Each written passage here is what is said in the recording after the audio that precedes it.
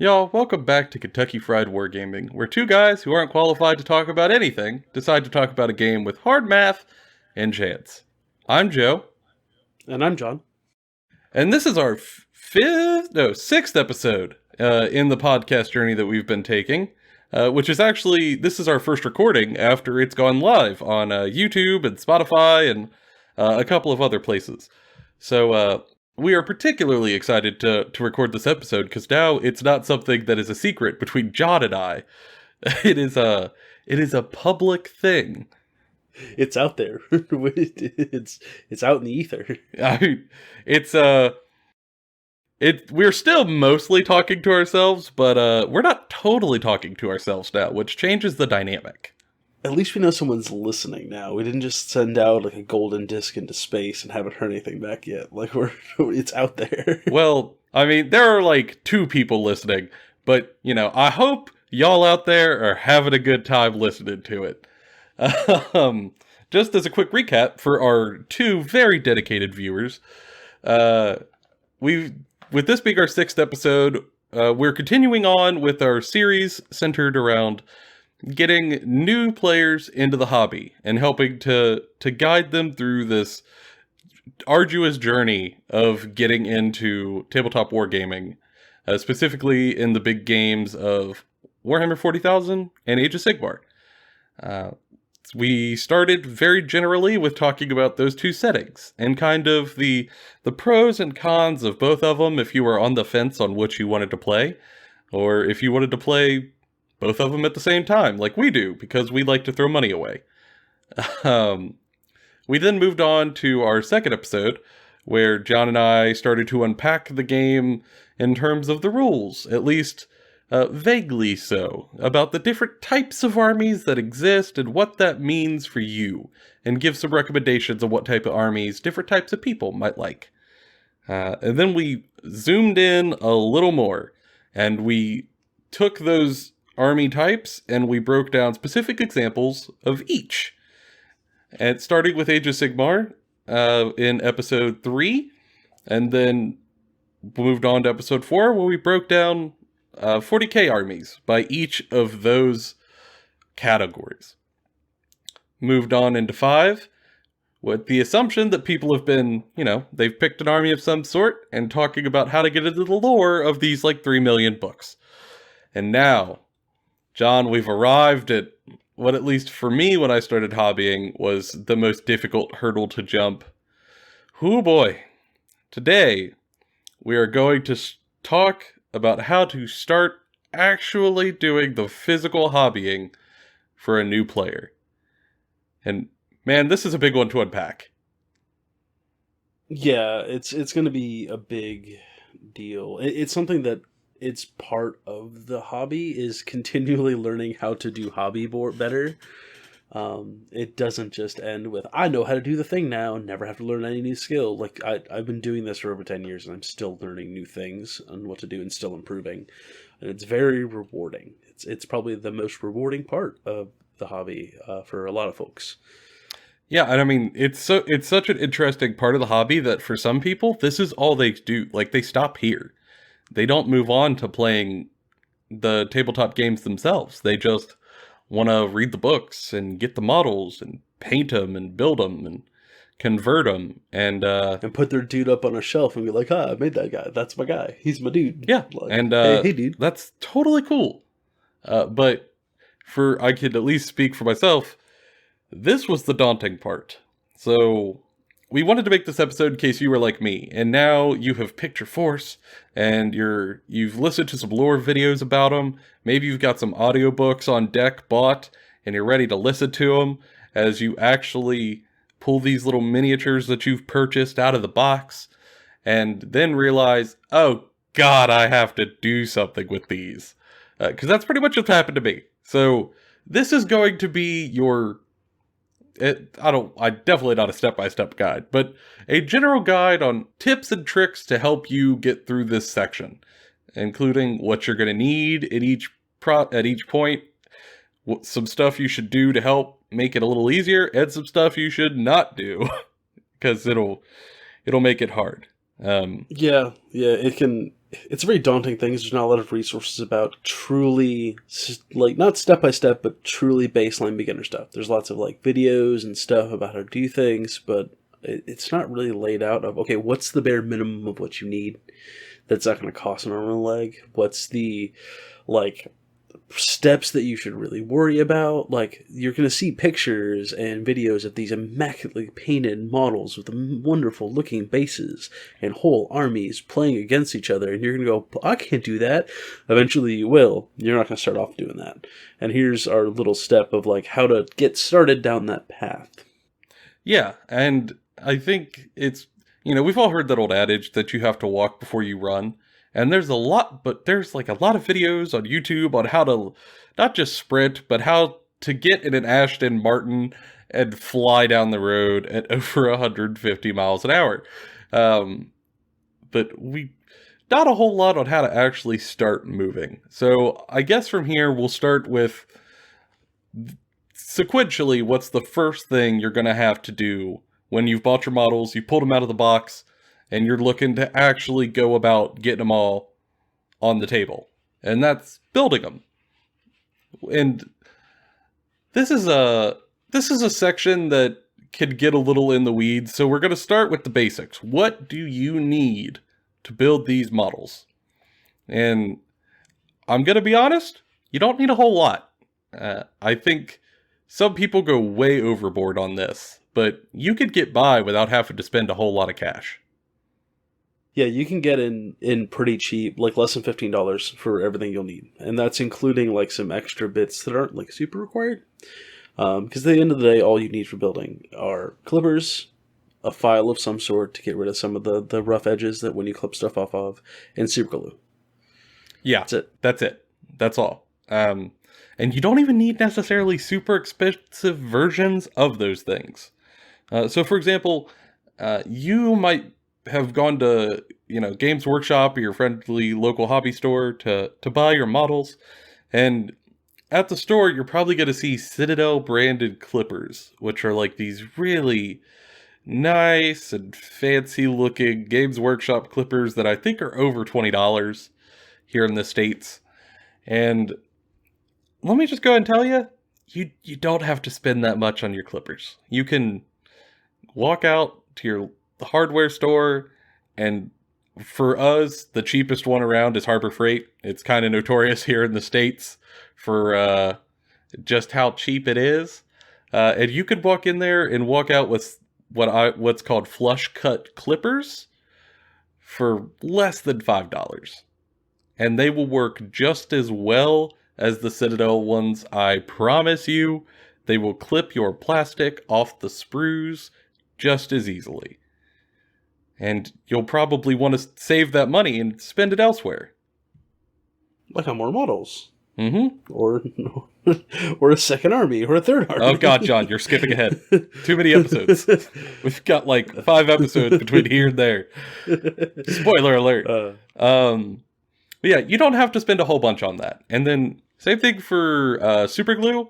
What you want is super glue. You don't want like expanding Gorilla Glue like I bought when I first started.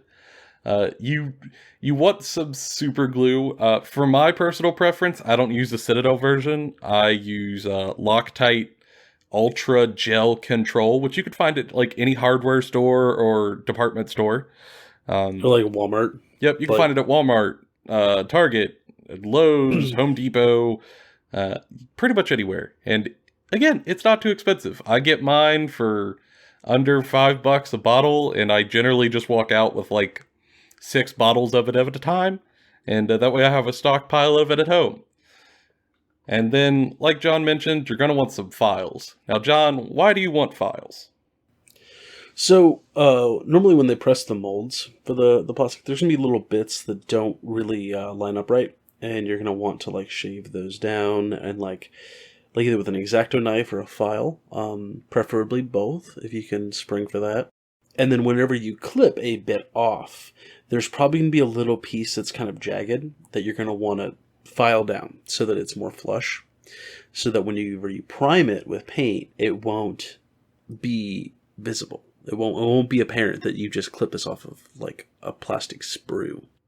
Yeah. And that really helps keep it quality without spending a ton of time or a bunch of extra money. Like it's a lot easier to handle.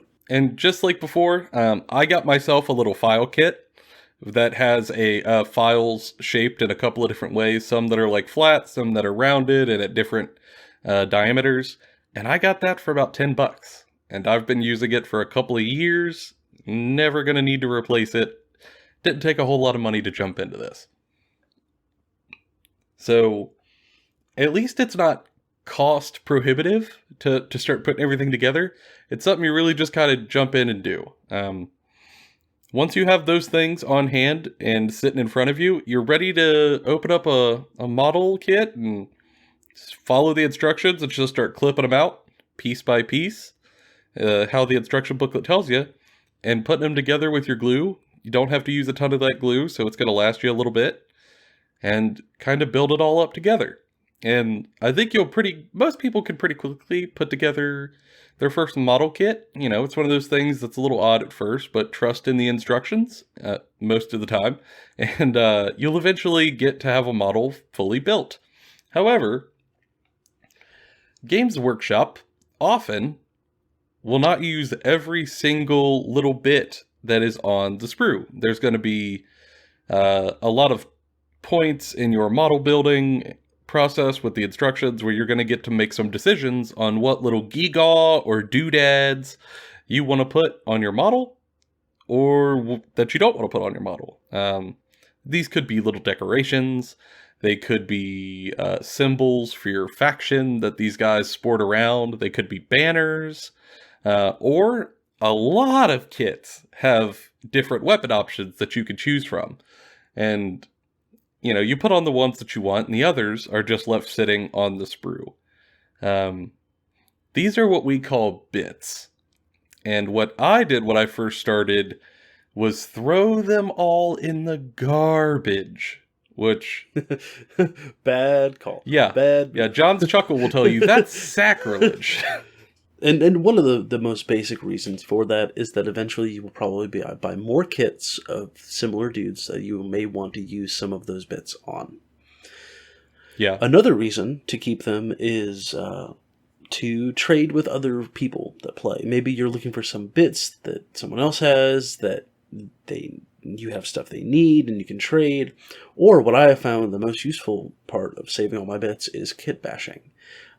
It's more of an advanced thing, but as you kind of get used to building stuff, sometimes you're going to want to branch out and build past the instructions, get creative with it, make some weird stuff with it.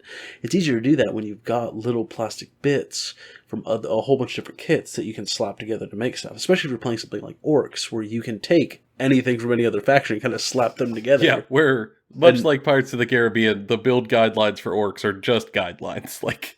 Yep, like I made a orc Big Mech once where I took a Tau Crisis battlesuit and I put a bunch of orky bits on it and an orc head, like he had taken over the suit, like ripped the helmet off and sat inside of it, and then I just slapped a bunch of like Necron, Tau, Space Marine, and orc guns all over it, so that it's just got full of DACA. And then I took some of those what are the exhaust pipes from a rhino and just slap them on the back because of course an orc would.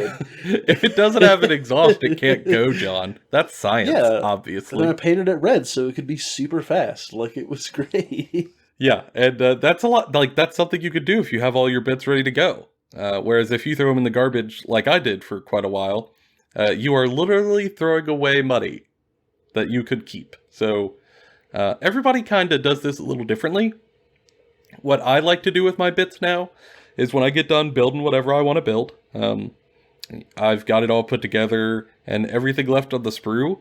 I have, it looks like a little toolbox, but really it's like a screw organizer for like screws and nuts and bolts with, it's probably got like 15 to 20 little containers inside of it, kind of like a tackle box does.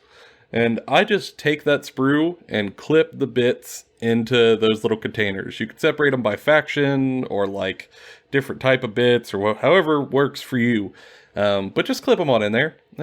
Worst happens, they sit in there and you don't use them for a long time and you end up giving them to somebody. But because of doing that, I've been able to help a few buds out with, bits. Instead of, one of my friends plays White Scars. And for White Scars, you want a bunch of like pelts and furs and little runic fetishes. And I happen to have a bunch of Space Wolf bits that instead of him having to go spend, $40 or $50 on a bit site, I could just do a friend a solid and give him a whole bunch of leftovers. So I would highly recommend everybody just taking a little bit of time to do that. If you really do like stick to the hobby and you get into kit bashing, like John recommended, you'll thank yourself for it. Also, another thing you can do with those bits, and this is advanced, so do not feel like you have to do these on your first models. I damn well didn't. John, I'm not sure if you're even doing it now, but magnetizing is an option for people. It's something I definitely suggest everyone try later. It's definitely useful, especially when you start buying vehicles or with certain factions like Tau. It is an advanced concept that will take some time to learn. It will take more money. It will take more investment. At the end of the day, it ends up being very useful and very good. And I find it almost mandatory for some factions. It's pretty great. So the basic idea of magnetizing is that for many models, like I mentioned, you're going to have different weapon options, for example, or maybe different head options or backpack options or what have you. But you might look at both options and go, man, those are cool. Like, I like both of these options. I want both of those options on this model. Well, what you can do is, if you've been hobbying for a little while, you could get tiny magnets and drill a little hole into, like, let's say it's a gun. Like, you like two different gun options for a model. You can drill a little hole into the gun and put a tiny magnet in there, and then drill a tiny hole into the wrist of your model and put a little magnet in there, and then you can just hold them together and they will click together and the magnets will hold it. And then you can grab that second gun that you liked, put a little magnet in there, and now you could quick swap between those guns. This is another way to kind of get more bang for your buck when you're doing the hobby, because I have been able to save a lot of money in magnetizing. For example, John, the Beast Claw Raiders that you're buying from me, using some clever magnet usage, I managed to make every single option for that model kit out of a single model and a bunch of magnets. So instead of having to buy like 4 $70 kits, instead only one kit with just some magnets. So, and you even just had to get the Star Collecting Box. Like, you took the Star Collecting Box and did it with that. Yep. Yeah, it's a great way to save yourself a little money, but I would say wait on trying it until you kind of understand the building process. Otherwise, you might end up a little over your head, and you don't want that. Especially once you're just starting to get into a new hobby, you don't want to kind of rain on your own parade a little too early. All right, so at this point, you should have at least the stuff that you want to try in your first grouping built. So, what do you do from that point, John? Well, if you've built a bunch of your models, logically the next step is to prime them. And so this is the first step in painting. And what you do when you prime is you take a rattle can of a specific color that you want to prime. A lot of people use white or black, or the main color of their armor. And you shake it real good, take it outside where there's plenty of ventilation, and you want to spray from about a couple inches away. I would say like a foot or two away. But between 8 to 12 inches away. And you want to lightly spray the model until it's got coverage, but you don't want it to be too thick because then it'll take over all the details, but you don't want it to popcorn, if that's the way that I can kind of describe it. You don't want to have a weird texture on it either. Yeah, that's no good. You want to find that nice middle ground, and then you want to take that inside to dry.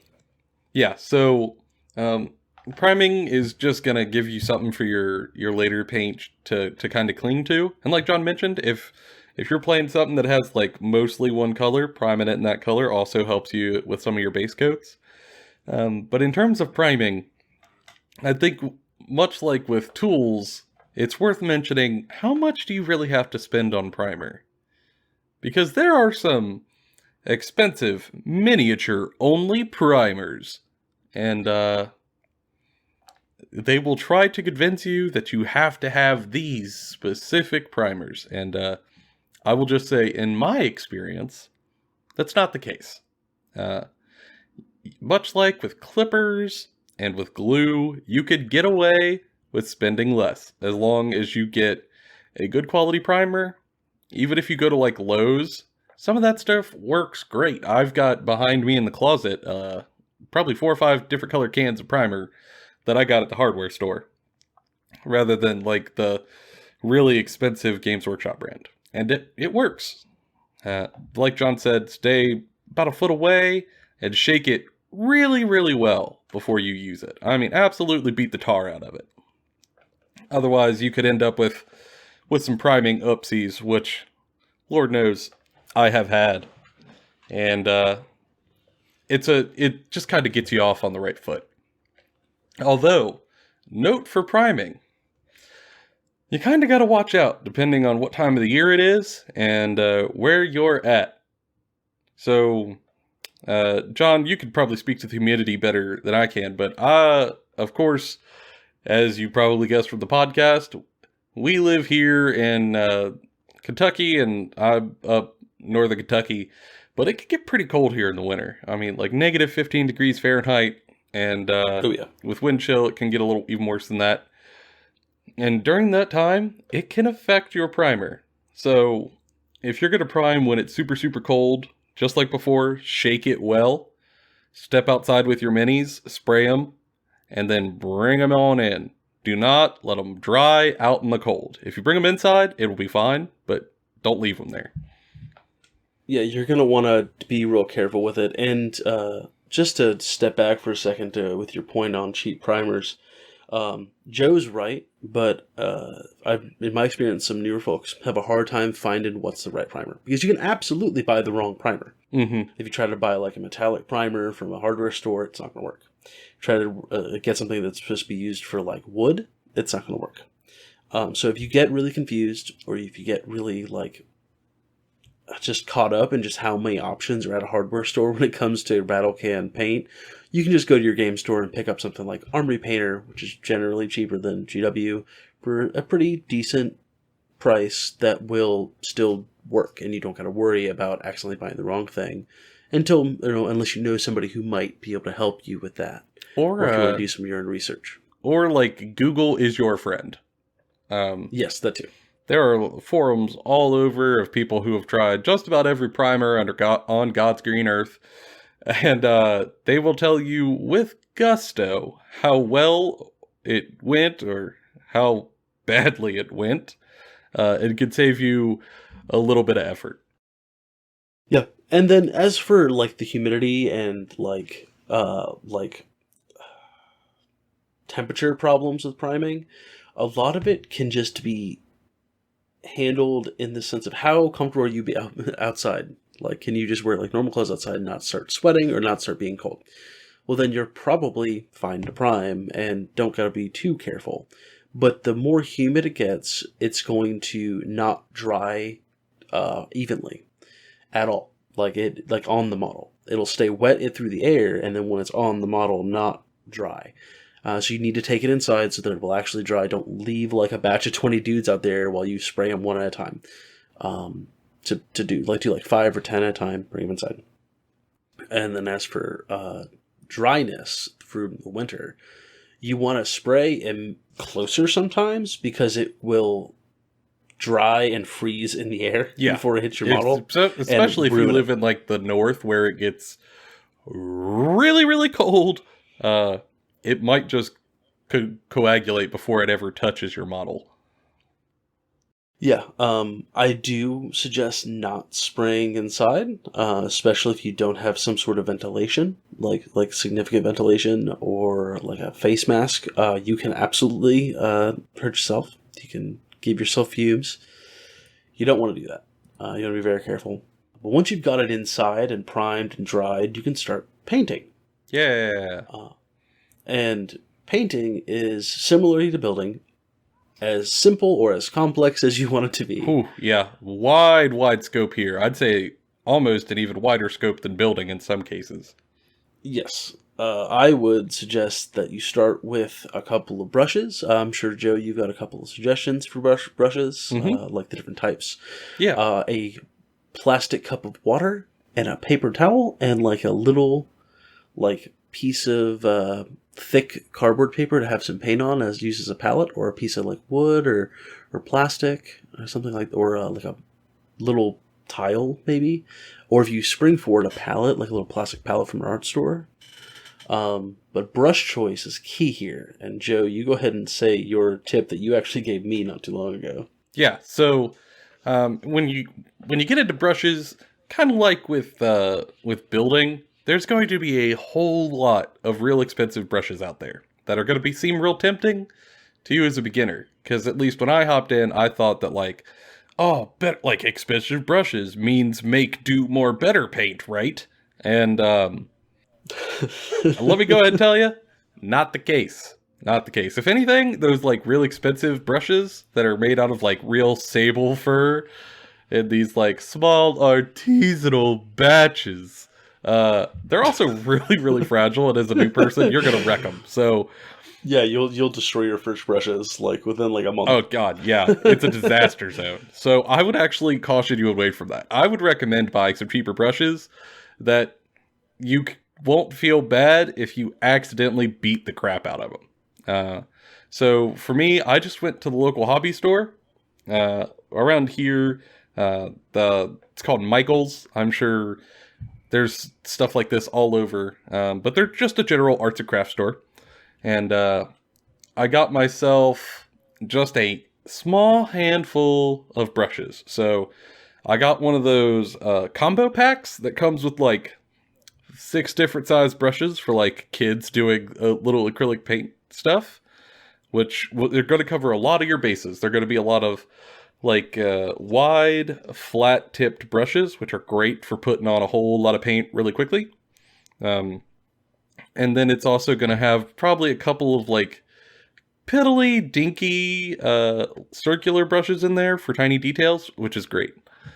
And those are enough to get you started, to be honest. It's a combo pack, and like, yeah, it's not super duper impressive. However, it will get paint on the model, and it'll kind of get your brain working on like, oh, here's what I like about this. Here's what I don't like about this. Man, I wish I had a brush that's kind of shaped like this. And that you could go to the store, and they also sell singular brushes of very specific shapes and sizes. And then you could supplement your like little beginner kit however you want with brushes that are like $2 or $3 a piece. So you're not going to break the bank. But here's my big pro tip, which I can't claim it's mine. Like, there's a bunch of people who do this. But you know what? I'm a podcaster now. I get to claim things. No, you don't. Not allowed. There's going to be stuff at the hobby store called a dry brush. And this is a specific technique that I won't spend like too much time here. But essentially you use it to get some paint on that brush, to get most of the paint off on a paper towel, and then you kind of flick that mostly dry brush across the model, and it'll just put paint on some of the raised edges. And there are some dry brushes that are being sold at like actual miniature gaming stores that are like Citadel brand or whatever brand, that are kind of labeled as a specific miniature dry brush, so to say. I would caution you away from that, at least at first. Generally, they're a little expensive, as anything that is like branded and specific towards this hobby is. What you're going to do instead is go down to your big box store, whatever that is, whether that's like Walmart or Target or Tesco or wherever, and go to the makeup section where all the makeup is, and then head to the makeup brushes, and you're going to want to look for the cheapest contour brush that you can find. It doesn't have to be great quality, doesn't have to be expensive. You're probably going to spend like $3 on it. And it's meant to be really light and fluffy, so that it can apply the makeup over the contours of someone's face. And those traits are perfect for a dry brush. And you could just put some paint on that puppy. Same thing, wipe most of it off on a paper towel, and then hit your model with it, and blam! Paint everywhere. It was like I did witchcraft in front of John the first time I had him do it. Yeah, I was very surprised. It's also one of the reasons why I love it as a tip is that I go through dry brushes pretty quickly. Oh yeah, you'll tear them up because you're hitting raised edges. You're going real fast. You're like messing with them in the paper towel. Like you're not being delicate at all with them. It's kind of the point is to be rough with them. If you go for expensive dry brushes, you're going to burn through it really quick. You're going to need to replace it. All the bristles are going to get bent and pulled out of it and messed up, and you're going to just need a new one because you're, by nature of what you're doing, being rough with them. So getting a cheaper brush that still does the job saves you a lot of money down the road. oh yeah. I've spent less money on dry brushes buying these cheap makeup ones than I have buying like branded GW ones. So Yeah, for sure. And also, that's something you can kind of mitigate by...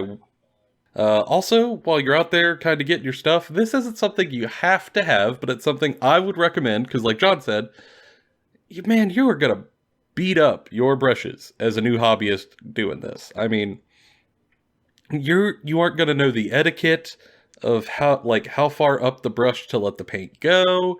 You aren't going to be super fastidious about cleaning it necessarily in between paint colors. You're probably going to let it sit with some paint on it, and like you're just going to destroy them. However, you can save yourself a lot of money for just a tiny bit of effort by going to your hobby store, the aforementioned hobby store where you were getting your brushes and stuff, and buying a bottle of pink soap. That's literally just called pink soap.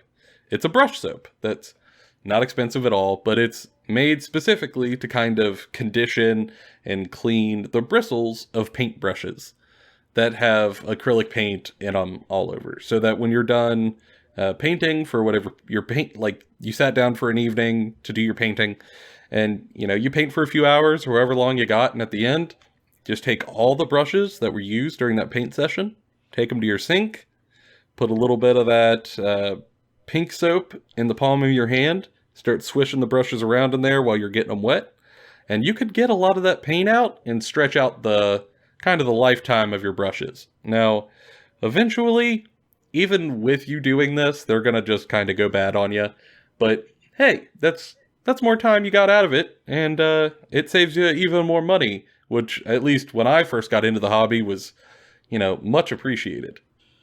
Yeah, I can't really add anything else to that. I think we've covered a lot of the basics for painting. We can't really show you painting techniques on an audio podcast. We can give a couple of suggestions for like people to go watch or listen to. That's about it. Like I'm a huge fan of Duncan Rhodes. He has a new channel that he made this year, Duncan Rhodes Painting Academy. He's a champion. He goes really in depth, I will warn you, but I just like watching it. I enjoy watching painting videos while I'm painting. It kind of gives me inspiration. Mm-hmm. But Joe, do you have anybody that you kind of turn to when you really are trying to learn a technique, or you just really can... God, I've got so many. I've got a ton. I know, that's why I asked you. Wow, nice transition. Real pro podcast move.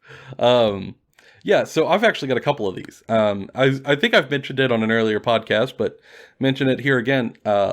I never got into art before I did this hobby. Like, I had the mandatory art classes in school, which I whined and complained about having to take because it wasn't my AP classes. And I did not know how to do it. Yeah, I know. But I didn't know how to do any of this. Like, I didn't even know the basics of painting. And I learned entirely through YouTube. And largely because it is a booming ecosystem of really informative and knowledgeable folks who on video could show you different isolated techniques on how to do whatever it is you're trying to do. I mean, you could really kind of go to YouTube and type in anything and it'll pop up. So let's say you're trying to paint zombies. You can literally type in like painting zombie miniatures and I'm betting stuff will pop up, or like how to paint rotten flesh. It'll pop up. But in terms of sort of like, there are different creators who I really enjoy who make quality content across the board that like you could not go wrong with looking for their channel. So first I would recommend is Tabletop Minions. He does a lot of really interesting content about like specific techniques that are beginner friendly, and I think it's not very intimidating and it's easy to understand. He's just a nice man. He's just a nice soft he's man. a super nice dude. I was actually at Gen Con a couple years back and I saw him across the vendor hall with his like cool little fez on, and I wanted to say hi, but I was stuck demoing a game. So if you're out there, nice to almost meet you. Moving on from there, Hobby Cheating with Vince Ventrella. Vince is a little paint wizard. His videos are called Hobby Cheating, which is of course a fun little play on words, but it is about 20 to 30 minute videos on very particular techniques. Like, do you want to know how to paint tattoos on like orc flesh? There's a video for that. Do you want to know how to paint Skaven in like a speedrun fashion? There's a video for that. Do you want to know how to like blend power armor with a specific type of paint? There's a video for that. And he's just got a cornucopia of stuff that you could go look through for painting your own forces. Next is one that I know John also loves, is Miniature Maniac. Oh, yes. Yes. He is incredible. He's a competitive painter who is also an incredible YouTuber who makes content that is understandable, but is also like super digestible and catchy with great production quality. So I think that's one that's great for new people because you could be kind of entertained, you know? It's not like you're in a classroom. And similar to him is Squidmar Miniatures. Emil is also an incredible painter who tries to break down these high-end techniques to stuff that's understandable for like the average Joe. Haha. I see what you did there. That was a good joke. Rather clever. But like you could go to any of those channels and I am sure you will find a ton of information on how to do like the particulars of painting that we can't teach you here. But what I think is important for us to impart instead is the mindset that you should probably have when you are first starting, so that way you could allow yourself to have fun doing this. You know what I mean? Oh yeah, like it's probably the most important thing that we're going to talk about in this episode. Yeah. Like building, painting, all of that's important. You're going to figure out either that on your own, or you're going to look it up, or you're going to listen to us, whatever. Mindset is something that is not taught to people who first get into this hobby. It's something that's not really discussed. It's normally a much more personal topic. Mm-hmm. And we're going to talk to you about a couple of things that we do. But I think that it's best to start off with go into this remembering this is not like other hobbies. Yeah. This is not going to be like video games. This is not going to be like, I don't know, name a golfing. I don't know. Maybe you golf. This is a thing where part of the work is the hobby and the enjoyment. Mm-hmm. The sense of completion, learning, kind of progressing, starting off probably kind of bad at it, and then getting better. Playing is not the object for the most of the hobby. Most of your time and energy is going to be spent in building and painting the miniatures and then putting them on the table and seeing your work go against someone else's work. And so trying to go into this with a mindset of taking your time, being patient with yourself, being patient with what you're doing, and just trying your best and not comparing yourself to everyone else's models will probably be the best way of going about it. Yeah, for sure. I think a lot of people when they get into this, and at least I was guilty of it also, was like I would see all these incredible miniatures in these YouTube videos and like Instagram posts, and they were gorgeous by these people who had been, painting forever. And you can't help but think like, why am I even doing this? If they're so good, I'm just trash. And that is the worst mindset you could have as a new person who's done this. Like, you've got to be kind to yourself when you're first getting into this. You are brand new. Especially if you've never done art before, of course, you're going to start lower on this bell curve. And that's okay. That's totally okay. You're trying, and, that endeavor is really all that matters. So, at least for me, what kind of helped is, in front of me here on the desk, I'm looking at it as I'm recording this, I still have the first miniature that I ever painted. Like, the first one I ever tried to go hard on. It's a little halfling D&D mini that, if I'm being honest, looks absolutely atrocious. But at the time, this was the best I could produce. And I never painted over it, and I probably never will. And I'm going to keep it just how it is forever. Because it is really, really enjoyable every time I finish a model to put it next to this little halfling.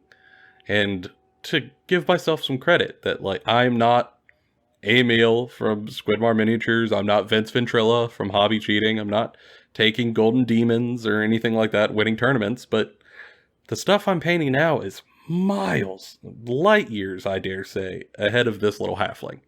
And I think, that's something that folks out there should do too. If your first model, if you get done painting it, look at it and go, woof, keep it that way. Don't touch it. Don't prime over it. Don't repaint it for posterity. Keep it just how it is. And every time you go to one of these videos and you learn a new technique and you implement it, compare back. And I'm willing to bet you're probably going to have gotten better than when you started. Yeah, and the big thing is don't let perfect be the enemy of good. Oh yeah, it's okay to just have models that look good from like 5 feet away. Oh yeah, like they don't have to hold up to scrutiny. It's perfectly fine. Most of the time you're playing the game, you're not going to be looking at it super close, anyways. And another trick is to remember that the models can be stripped later if you mess up, like, say, 10 dudes. Oh, yeah. They can be stripped and you can redo it, or even better, maybe you just kind of throw down some basic colors on it first. You don't really touch on the details too much. You kind of leave it bare. Well, like, you can come back to it. Like, you never, like, when you put a model down, you can pick it back up and paint it again. You can go back and dry brush. You can go do some highlights. You can add different effects later. Layers of things on. You can do that later to kind of bring it up if you aren't happy with the way it looks after you've learned some more techniques. Mm-hmm. You can do stuff like that. I do agree with Joe that you keep your first model, though, and use it as a comparison, because it's always good to see how far you've grown. It's a good part of this, is knowing that you've made progress on something that at the beginning you probably went, I'm terrible. I'm the worst at this. Why do I care? But then, like, 2 years later, you look back and you compare, like, your model to that model, and it looks better most of the time.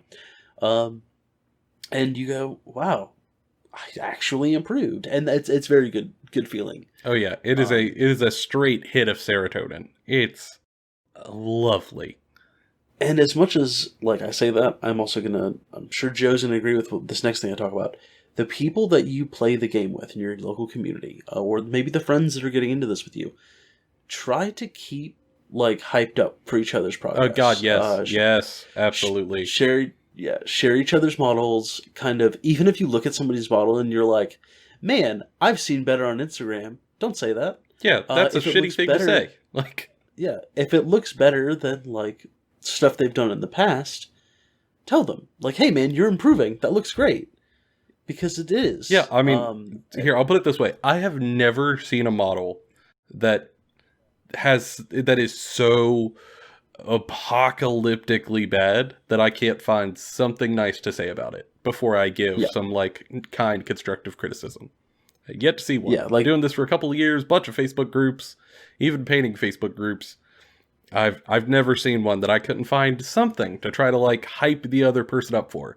Even if that thing is, all you could say is, man, like, when you were telling me about this model, you were smiling the whole time. Like, you had a whole bunch of fun painting this, and it shows. But like, maybe like try X, Y, and Z next time. And that sort of group push is pivotal in kind of keeping the hobby rolling forward and to learn together. This is one of those moments where a rising tide lifts all the ships. You know, if you learned a technique that helped one of your miniatures kind of like break through whatever your plateau was of skill, share it. Help other people do the same thing if they're interested in it. And they'll probably do the same for you eventually in the future. And it's a great way to make friends. At the end of the day, these games are social games, if you plan on playing them. And so, if the people that you're playing the game with are also the people you paint miniatures with or share miniatures with, and you're a jerk to them, or they're a jerk to you, you're not going to have fun playing the game. That's just how it is.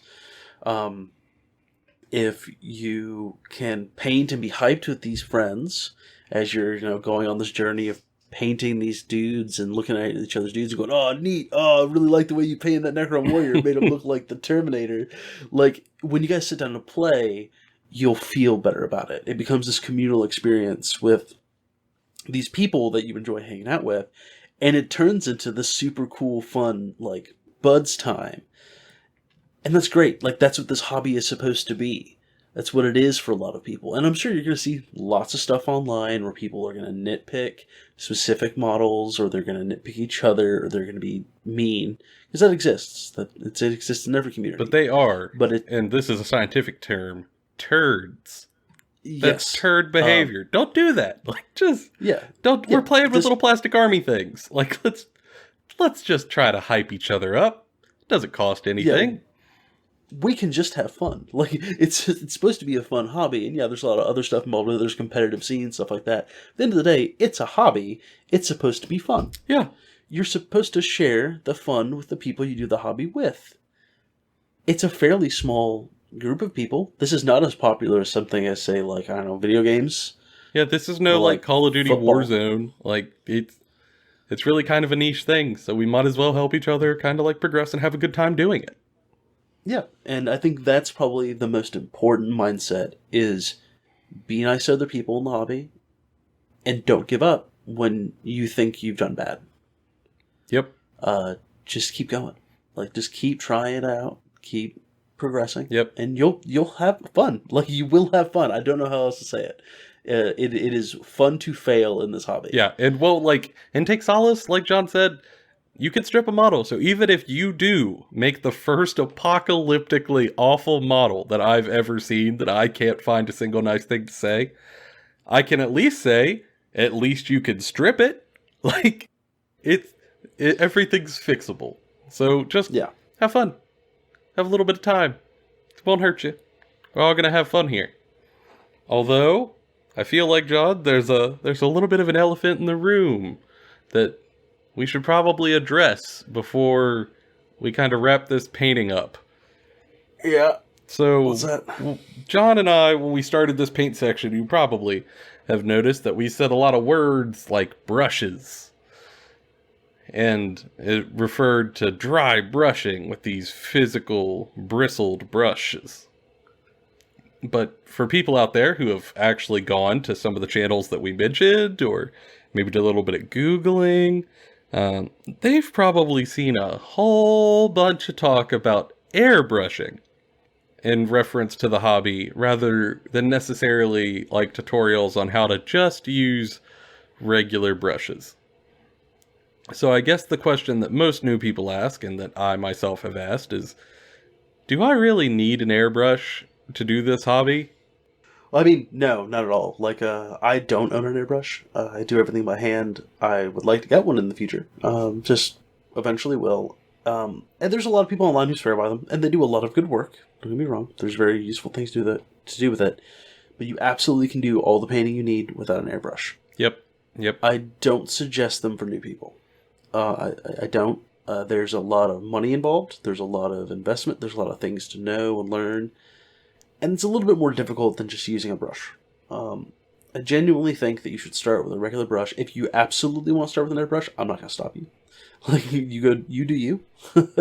But know that when you see stuff online about airbrushing this, airbrushing that, it's not bad, but it's probably not something to start with. You don't have to, and definitely don't let it stop you from painting. Yeah, for sure. I'm actually someone who, unlike John, I have an airbrush. I actually got 2 of them, and I like them a whole lot, and they're very useful tools in my toolkit. But I'm really glad I didn't start with an airbrush, so I can kind of learn the basics. Because anything you can do with an airbrush, you can also do with a regular brush. It's just going to take you longer. So don't feel like you're necessarily unable to paint a good looking army with a brush. You totally can, and people do it every single day. It's not mandatory.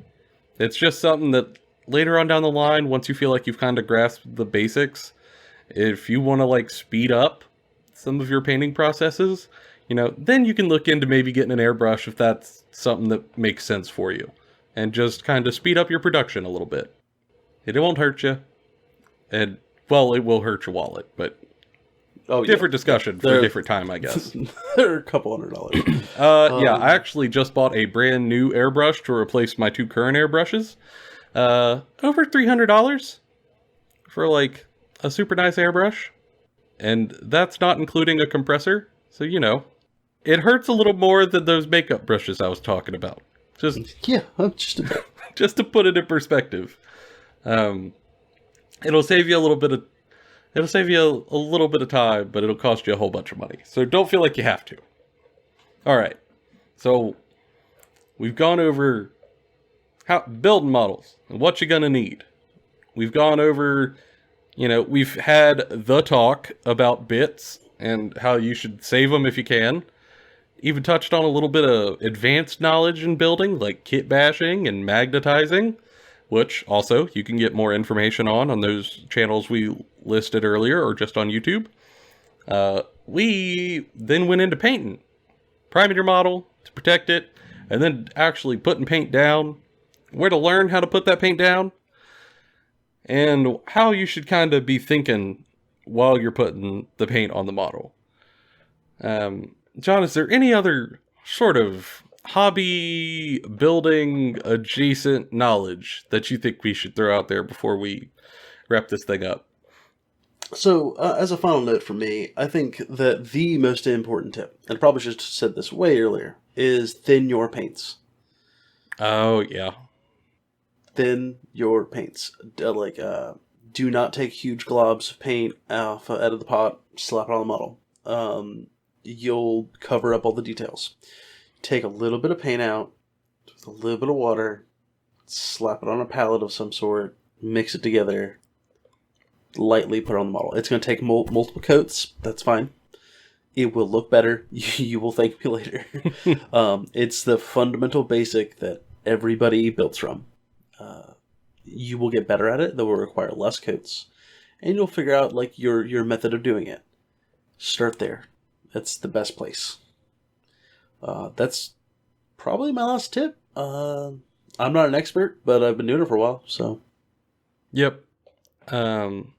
I think for me, my tip would be to not feel like you have to stay within one brand of paints. When I started the hobby, I kind of felt like, you have to get Citadel paints, because, they're the ones who make the models.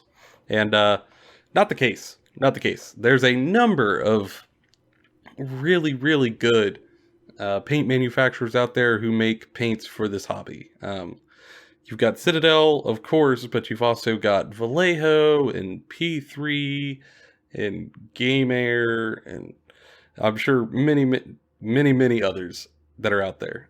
Feel free to experiment with them, but you're not locked into any paint range. You're not locked into any particular brand. So feel free to try different paints, see what works for you. Some people like different paints for different things, and that's something that you'll kind of figure out over time. But if you're open to new ideas, it might help you kind of find something that you like more than what you just sort of started with and stumbled into. Yeah, I think that's just about it for this episode. What do you think, Joe? Think we're done? Yeah, I think so. we've got a couple more episode ideas that we're going to try to record here in the next couple of days so that we can get them processed and uploaded. We actually do have an upload schedule now that I think is worth mentioning real quickly before we get off here. Oh, yeah. So we go live on the YouTube version of this podcast every Monday morning at 6 a.m. We like that schedule. It works for us. We're just going to get everything uploaded so it's real consistent there.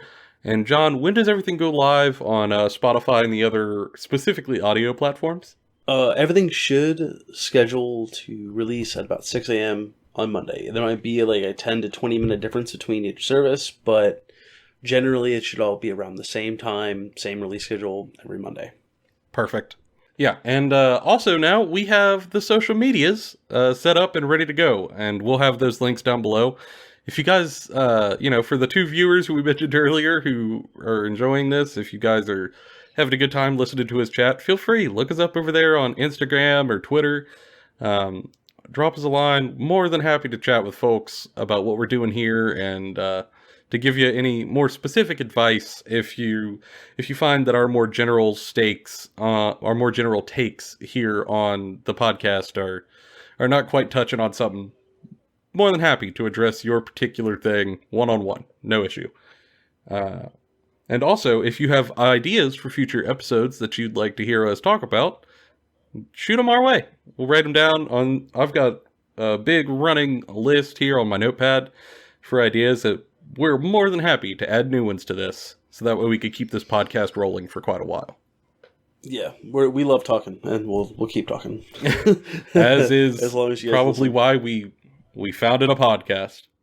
Well, guys, that's all for this episode, but we thank you so much for tuning in to episode 6, and we hope you tune in for episode 7 here next week. And now, I think that's the end of this episode. So, from us, I've been Joe. And I've been John. And these are all of our opinions, bona fide, Kentucky Fried. We'll see y'all next time. See ya.